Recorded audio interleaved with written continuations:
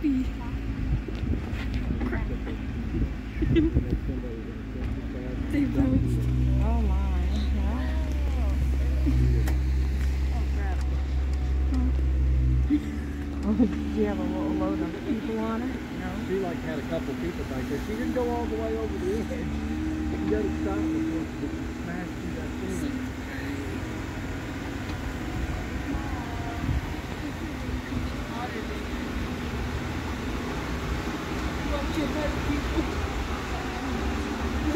Bunker.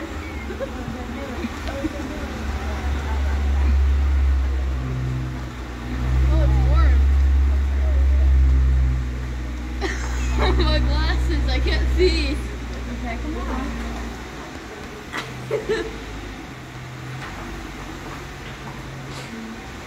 Look. Drip. Yeah, there's some water dripping. I know how to take care of it. I just took a picture of this guy up there. For a second, I thought that was a statue.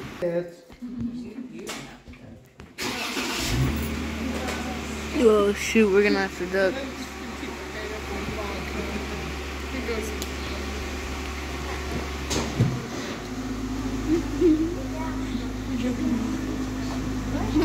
What if it takes your hat, Mom? Oh, I wasn't expecting it to be that steep. Dang, there's water dripping. That looks so cool. Watch your heads, guys. Very low right here. Oh crap.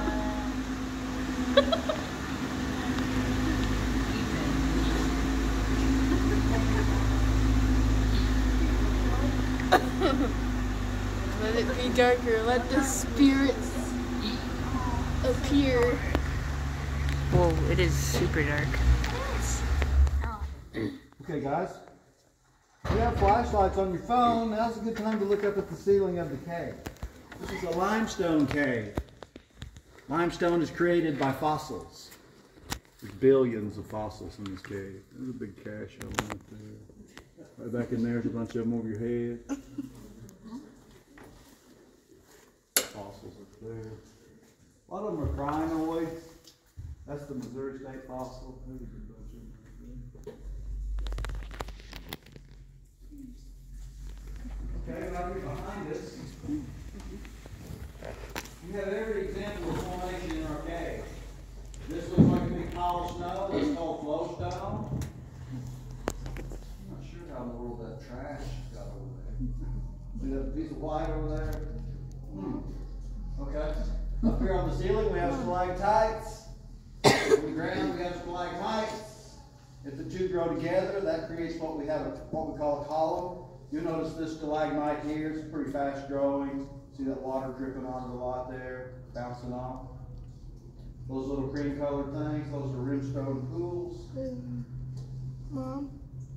I'm not sure what's going on right there, that seems strange. Alright, we've had 6 different owners to our cave. The very first owner, his name was John Knox. He discovered the cave in 1862 while he was out hunting with his dog. You guys saw that dog, I think, up there in the parking lot. That's old Juno right there. He was probably chasing a raccoon or something. Got into the cave, and he got in here a long ways, and the cave will be so dark that you can't see after you get in here so far. And he got disoriented down here. So John had to come in, go get him the light, and come into the cave and get Juno out. And then when he left, he shut the cave, he sealed it back up with logs and brush and everything. The reason was the Civil War was going on at the time. Both armies were looking for caves that had like we're looking for a large bat population, for guano to create gunpowder with. But we don't have hardly any bats in there anymore. So John, he kept the place secret until 1867. We'll talk about him a little bit later on. Right over here, we have one of the last remaining gardens in the cave. During the Depression, the cave was shut down. The owner of the cave at that time, he was very suspicious of anyone coming around his cave. He didn't allow anyone out here. It was said that he would run you off with a shotgun if you came out here to see his cave. But he was supposedly he was growing mushrooms down here. But I kind of think he was probably up to a little moonshining going on. That's why he didn't want no one around. And that was a big thing for this cave all through the years, and we'll talk about that later on. We're going to head back into the what we call the auditorium now. It's the largest room in the cave. There's been numerous events, from birthday parties to revivals. The Boy Scouts used to camp out here in the 60s, so all sorts of stuff's happened in this cave.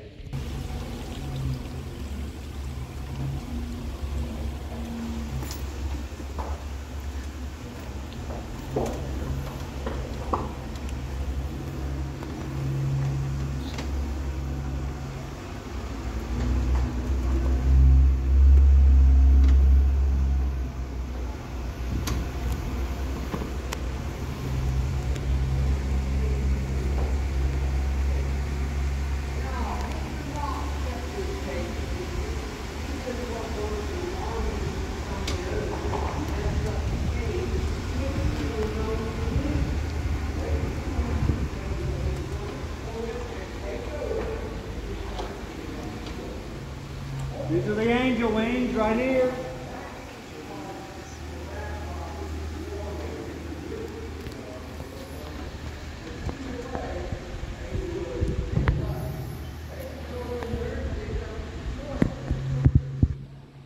More of that flowstone we were talking about.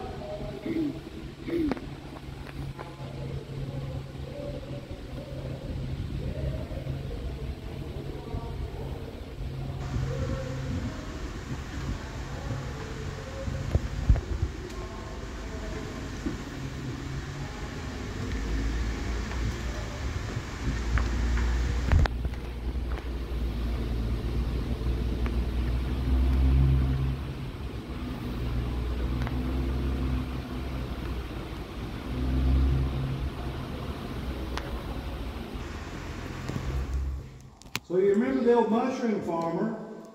Well, I guess he was making so much money growing those mushrooms that he decided to put in a new well. And right here it is. I guess he forgot he had a cave, but they shot straight down through the cave, finished up the well. I don't even think he realized what had happened for a long time, probably. He's spending all his time up there making moonshine, whiskey, and mushrooms. But it was about 1941 when this was put in here. This thing was solid black when it was first put in here. The cave's embarrassed, so it's trying to hide it. It's covered it with this calcite, totally encrusted. Up at the top, see those little strings? Those are calcified tree roots. They followed that pipe down about 100 feet. The one thing that's interesting about this eyesore is you see right up at the very top up there, looks like little teeth growing out of the wall behind the pipe. Those are baby cave draperies. They were created by the water coming down that pipe, picking up minerals. They've grown about 1/2 inch since 1941. So that gives you a really good idea about how slow these formations actually grow. All along the wall back here, more of that flowstone. You'll notice how it's all dried out looking. That means it's went dormant. If it's wet looking, that means it's still active and growing. All right, so we're going to pull right up here. Some of the most unique formations in our cave are right around this corner.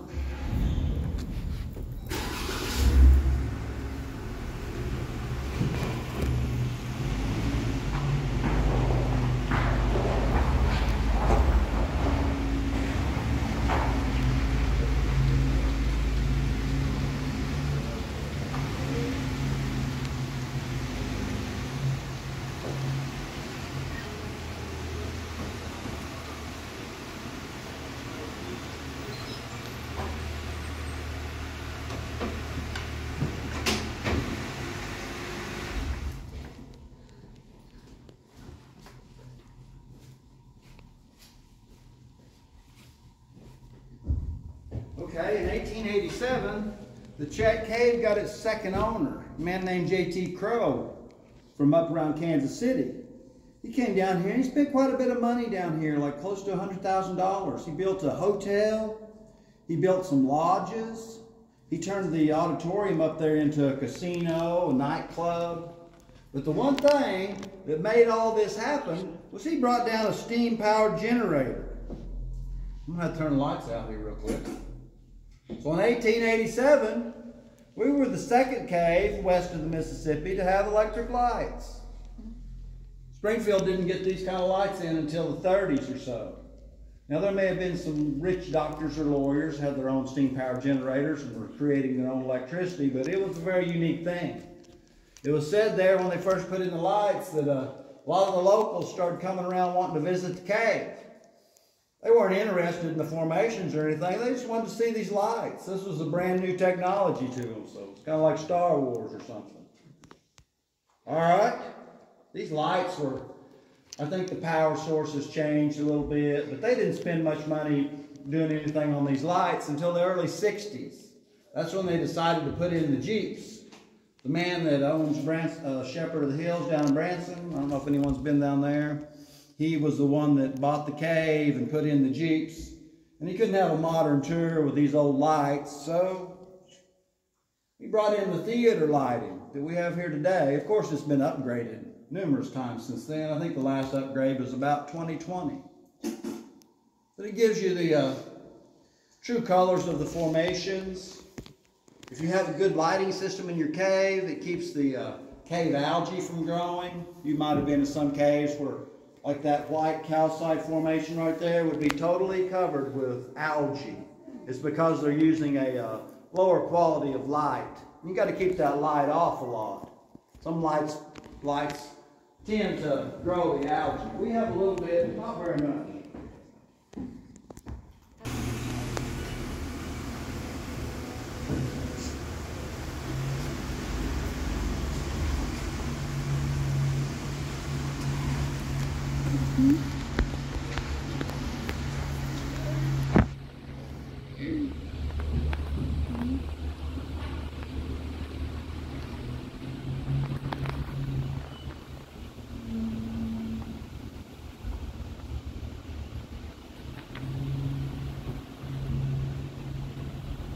About 20 feet down in there.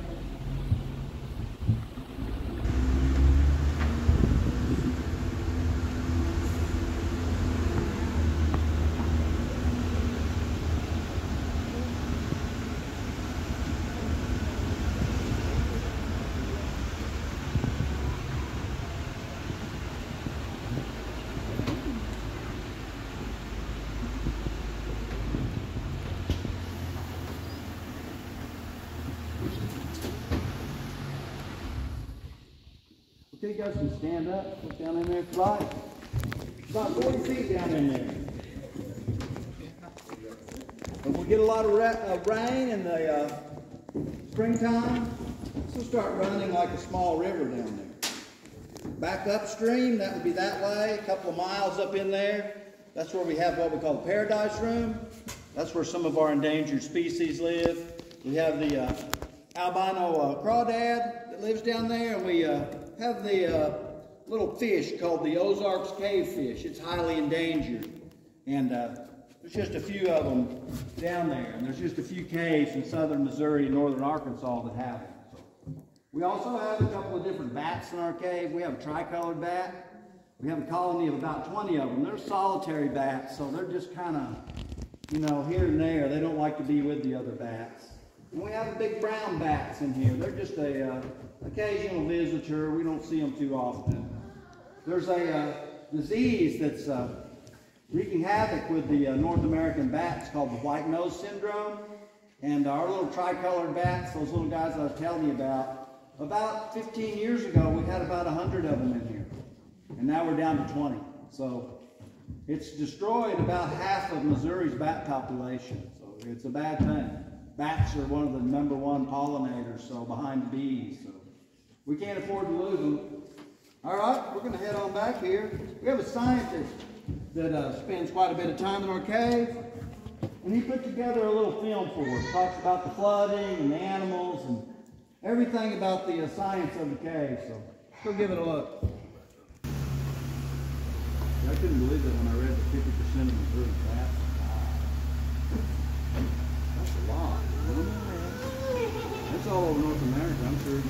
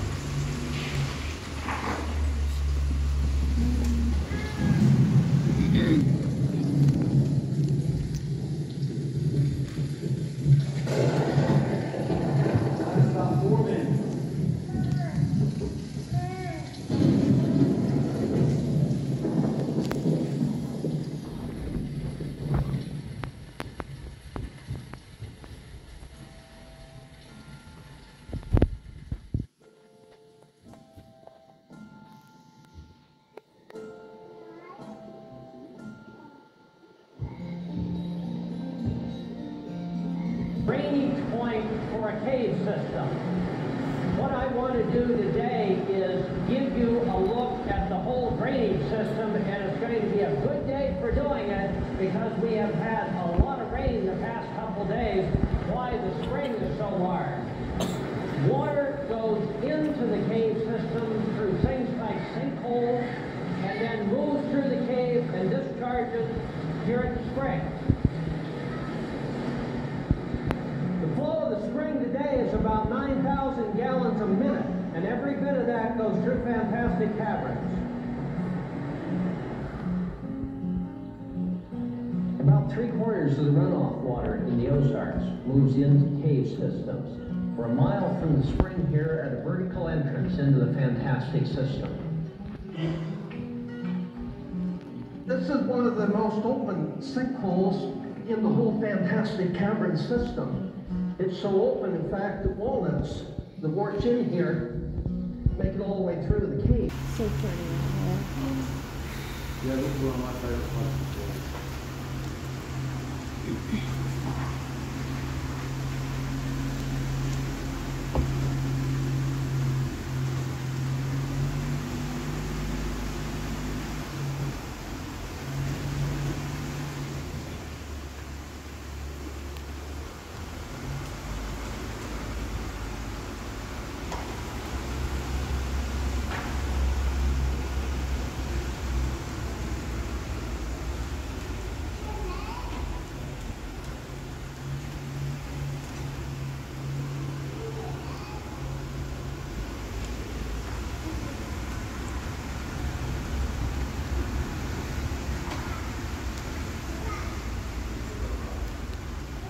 Kind of creepy looking up there, isn't it?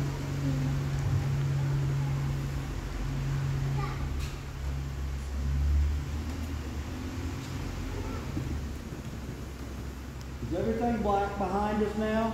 Yes. Okay, thanks. 4.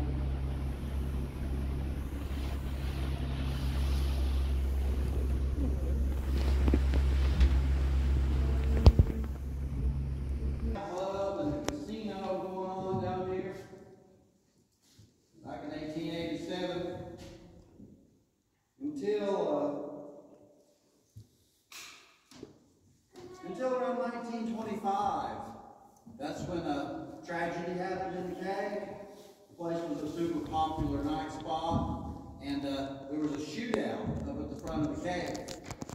3 or 4 gentlemen all exchanged gunfire up there, and one guy was killed. The other 2 guys, the police actually showed up right away, but they never caught those guys. We don't really know what the squabble was about. Possibly about moonshine whiskey. That was kind of one of the main things about this cave.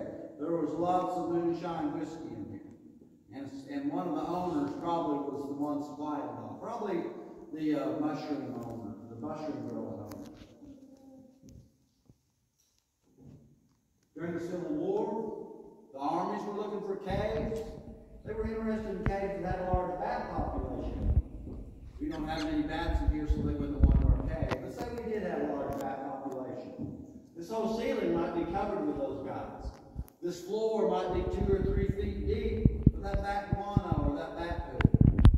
Okay? Say they find some of that. They'll fill one of those hoppers up like that. They'll pour water through that, and that water will work its way out, creating a sludge. They'll cook that sludge down, and it'll create a white crystal called potassium nitrate or saltpeter. You mix that with charcoal and sulfur, and you have gunpowder. So that's what the armies were interested in.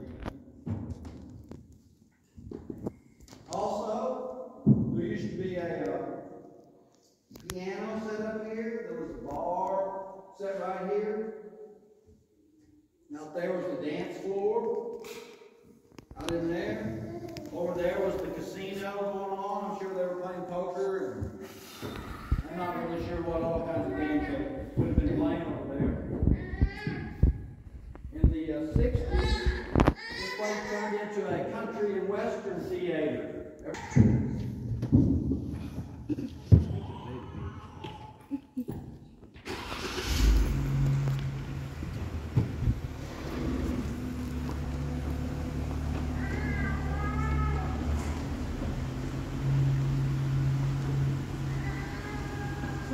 says here. This is part of the cave that goes back in here, and this is our classroom. We bring, like, during the week,